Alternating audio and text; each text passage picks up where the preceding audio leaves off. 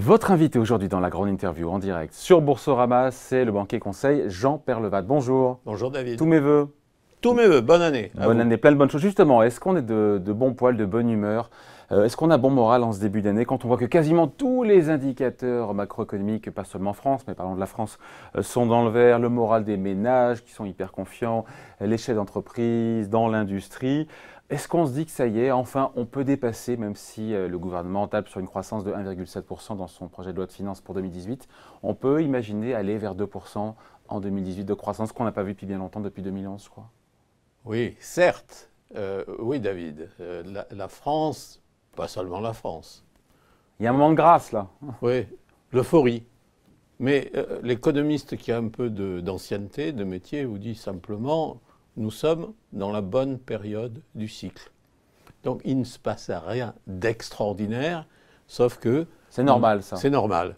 Il n'y a pas que des mauvaises périodes en économie. Il y a aussi des bonnes périodes. Et par définition, le cycle, c'est une alternance de mauvaises périodes et de périodes meilleures. Nous sommes dans une phase positive. On aura connu 2 ans, 2017 et 2018. Parce que 2016, c'était un et quelques. Oui, c'était une amélioration. Ça commençait à remonter. Donc, c'est normal.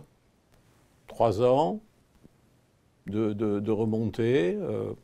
C'est pas... Ça fait un cycle de l'ordre de 6 ou 7 ans je vous sens sceptique, total. là. Je vous sens sceptique, c'est marrant. Vous ne partagez pas l'euphorie. Non. 2% de croissance. Oh, les recettes fiscales, plus de recettes fiscales. Parce que les problèmes fondamentaux de l'économie française, c'est une capacité justement à avoir encore plus de croissance dans les bonnes périodes de cycle et surtout en avoir un peu plus dans les périodes tristes, dans les périodes un peu plus difficiles. Or, de mon point de vue, nous sommes tellement heureux dans cette espèce d'euphorie, le sentiment général, tout va bien, on a un superbe président, ce qui est vrai, on existe sur la scène mondiale, le taux de croissance augmente, tout ça c'est vrai, mais l'observateur attentif dit les problèmes structurels profonds ne bougent pas. Un petit peu quand même sur la fiscalité du capital, beaucoup de choses ont été faites. Le prélèvement forfaitaire unique à 30%, vous devez applaudir. L'ISF qu'on a coupé en 2, certes, ça va vous plaire tout ça? Certes, et vous voulez qu'on reparle après Xavier Timbaud de l'énormité que représente l'exonération de la taxe d'habitation? Ça vous plaît pas ça? C'est normal qu'il y ait 20% des Français qui payent toujours cette taxe d'habitation? C'est une bêtise, c'est une sottise, c'est une ineptie politique. On a commencé par dire qu'il fallait la supprimer pour 80% des Français. Pourquoi? À l'époque, j'étais déjà critique. Parce que, une fois de plus, les deux impératifs de la situation française, les deux objectifs centraux, c'est l'amélioration du solde budgétaire et la diminution de la dépense publique. Et le deuxième objectif, c'est l'amélioration de notre compétitivité. Vous supprimez la taxe d'habitation à 80%, puis à 100%. Ça fait 20 milliards en tout. 1 point de PIB, vous augmentez la dépense publique, vous ne diminuez pas, au contraire, le solde budgétaire. On va parler de ça justement. Vous ne faites rien pour les entreprises, donc vous n'améliorez pas du tout la compétitivité. Pardon, Jean Peyrelevade, on se connaît un petit peu maintenant. Vous dites, c'est formidable, Emmanuel Macron, on a un super président, mais il ne s'attaque pas aux vrais problèmes. Oui. Il surfe sur cette... Exact. Il surfe sur la bonne partie du cycle. Donc j'admire. Donc sur ces 2% de croissance, sur ces 2% de croissance, qu'est-ce qui lui revient sur 2018? Qu'est-ce qui peut revenir à ce qui a déjà été mis en place?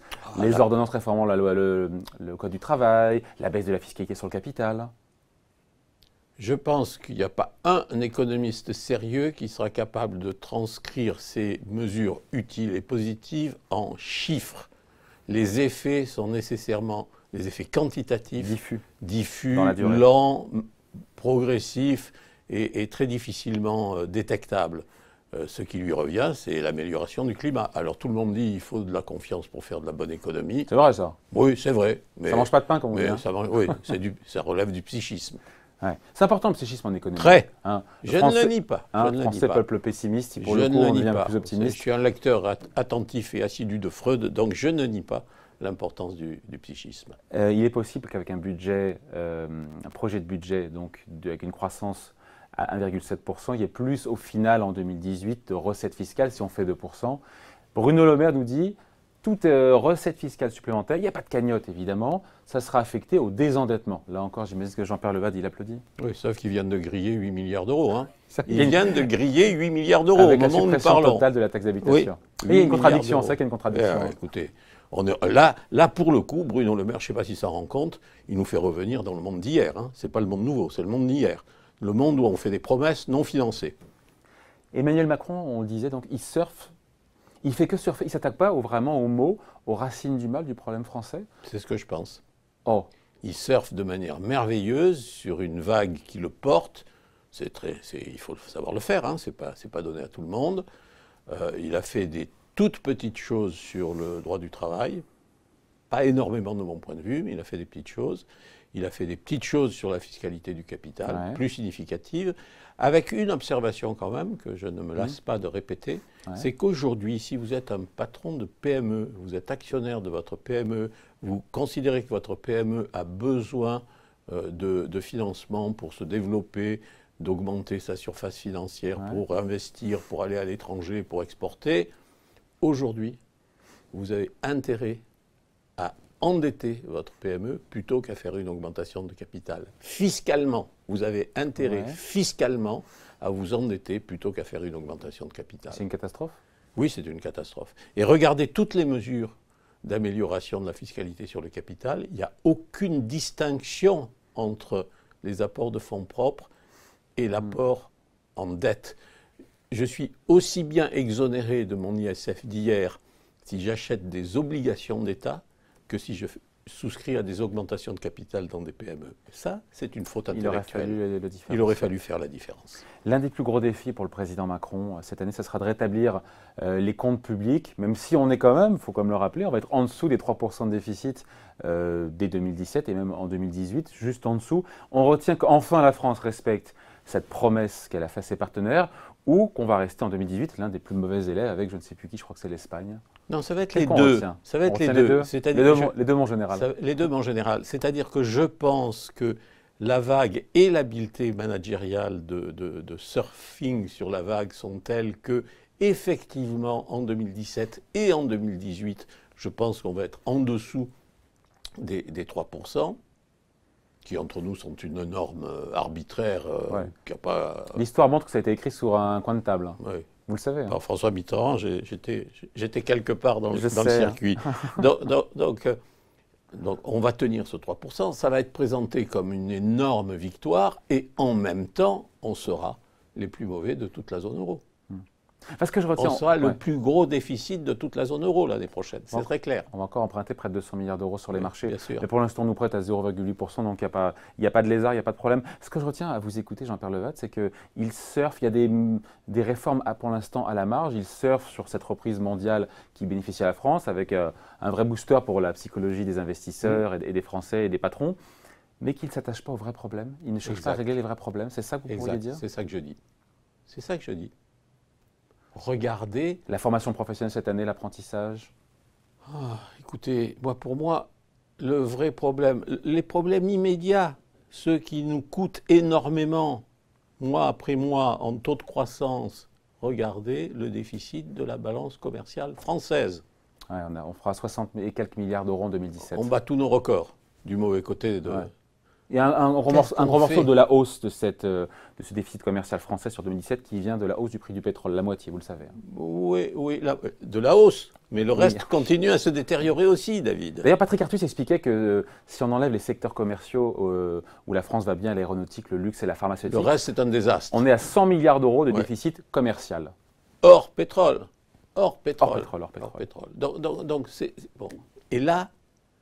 Combien de temps il faudra pour réformer la formation professionnelle avant que ça ait un effet sur la balance commerciale?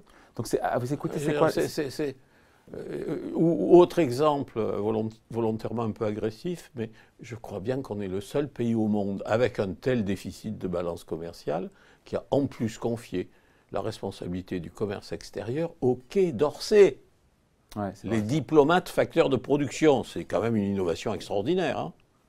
Donc pour vous, l'urgence, encore une fois, ce serait de couper dans les dépenses publiques.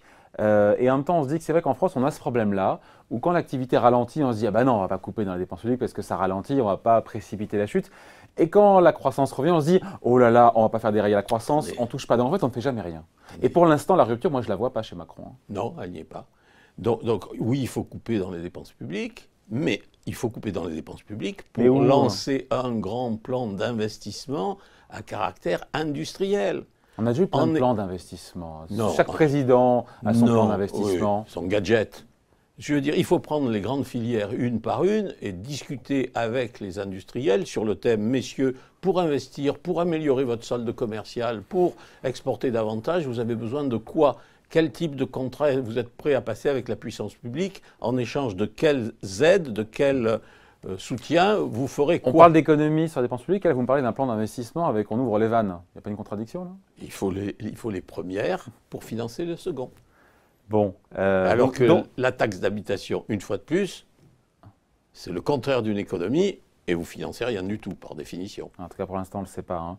Donc, c'est quand l'économie va bien, pour le coup, qu'il faut, Faire oser sur faire le des fond. efforts Oui. sur la dépense publique. Mais Oui. encore une fois, sur quel poste? Parce que dans le point, interview du point très intéressante de Marc Vigneault notamment, de Bruno Le Maire, qui nous dit, le ministre de l'économie, vouloir passer en revue toutes les aides faites aux entreprises. 100 milliards d'euros. À l'écouter, il y aurait du gras de ce côté-là. Bravo. Hein, on va encore commencer par enlever. Il n'y a pas un maquis d'aide Non, entre... enfin, non. Bien sûr, il y a un maquis, mais Xavier Tambo en parlait tout à l'heure, il y a aussi 3 ou 4% du PIB qui sont en fiscalité sur la production qui n'existe nulle part ailleurs en Europe. Donc on a déjà pénalisé notre appareil productif. On veut continuer? Et quand il parle, Bruno Le Maire, de recentrage de la fonction publique sur ses missions essentielles, ça c'est un discours qu'on entend à chaque fois par tous Oui. les ministres, mais ça veut dire abandonner quelle mission de l'État? Moi c'est ça que j'ai envie C'est d'entendre. ça, mais c'est ça qu'on aimerait entendre. C'est ça Quoi, qu'on qu'est-ce qu'on aimerait pourrait entendre. faire?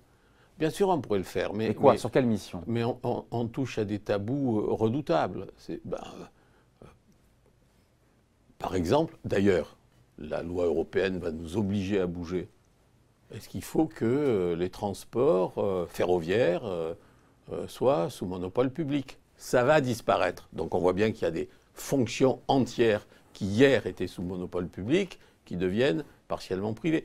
Il y a quoi, 10 ans, 15 ans, France Télécom, c'était un monopole public. Aujourd'hui, ça n'est plus du tout le cas.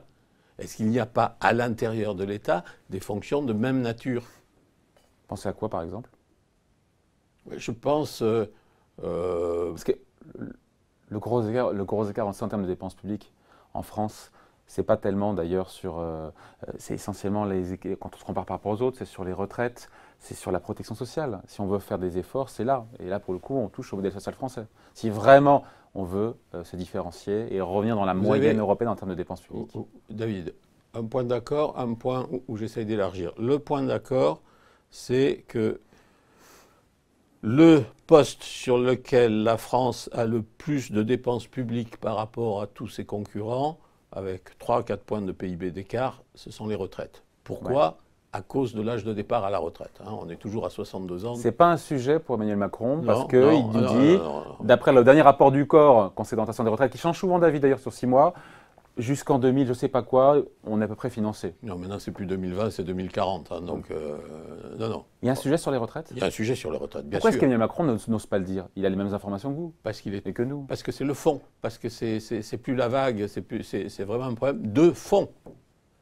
C'est un surfeur à vous écouter. C'est un surfeur. Emmanuel Macron qui ne cherche pas à corriger les maux, à corriger les déséquilibres de la France pour l'instant. Non, il cherche à corriger des symptômes, Ouais.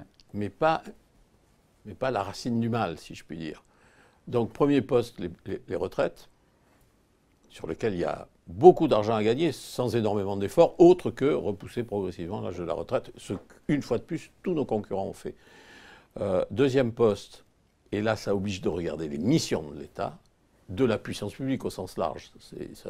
Ça s'applique aussi aux collectivités locales. La fonction publique au sens large du terme, à nouveau, 3 à 4 points de PIB de plus par rapport à nos concurrents. Sur quelle mission La masse salariale.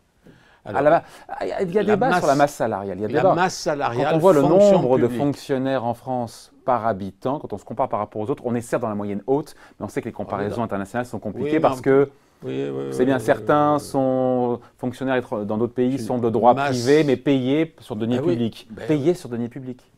Oui, mais même quand corrigeons de tout ça, faisons le travail, parce que ça sert souvent de première défense par rapport au type d'attaque que je porte. Hein. Non, si on corrige, allons-y, corrigeons. On s'apercevra qu'il y a 2 à 3 points de PIB de plus de masse salariale publique en France. Alors, Donc on a trop de fonctionnaires en France? ben, c'est une question qu'il faut se poser. Pas sous l'angle trop de fonctionnaires, mais est-ce qu'il n'y a pas des missions entières qui pourraient être passées à des activités? Lesquelles, par exemple, encore une fois? Je vais vous donner un exemple. Hein. Par exemple, les municipalités. Hein. Les municipalités. Ouais. Paris. L'eau à Paris. Ouais. Régie. Oui. Est-ce qu'il faut une régie pour traiter l'eau à Paris ou dans toutes les collectivités locales? C'est un sujet sensible de santé publique. Ah oui, voilà. voilà. Et voilà, vous avez vu, hein, je suis bon, on a vu, tac, terminé, et on referme le terminé. sujet. Hein. Le débat n'est même pas ouvert. Hmm. Même pas ouvert. Et il y a plein de fonctions de ce type, locales, sur lesquelles le problème pourrait se poser. Bon, très bien, on manque de temps en tout cas. Merci à vous, merci d'avoir été notre invité. Jean Perlevat, Banque et Conseil. Merci d'avoir été avec nous. Merci David. L'invité de la grande interview aujourd'hui en direct sur Boursorama. Merci.